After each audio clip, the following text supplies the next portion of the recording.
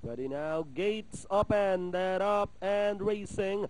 Stand by your man, draws for your lead. Summit Master is by the rail. Mike's Dancer now racing in third, De Vega. Wolf Run comes next, then running by the rail, Elgin.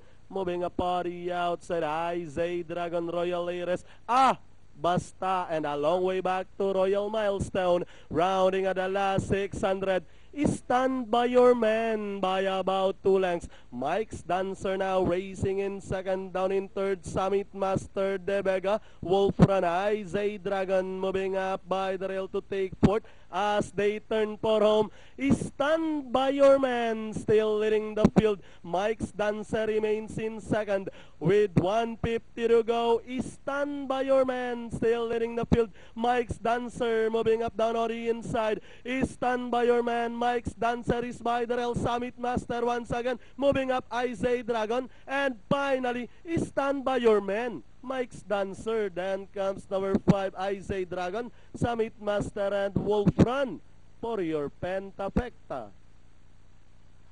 Okay, 10.95 ang ating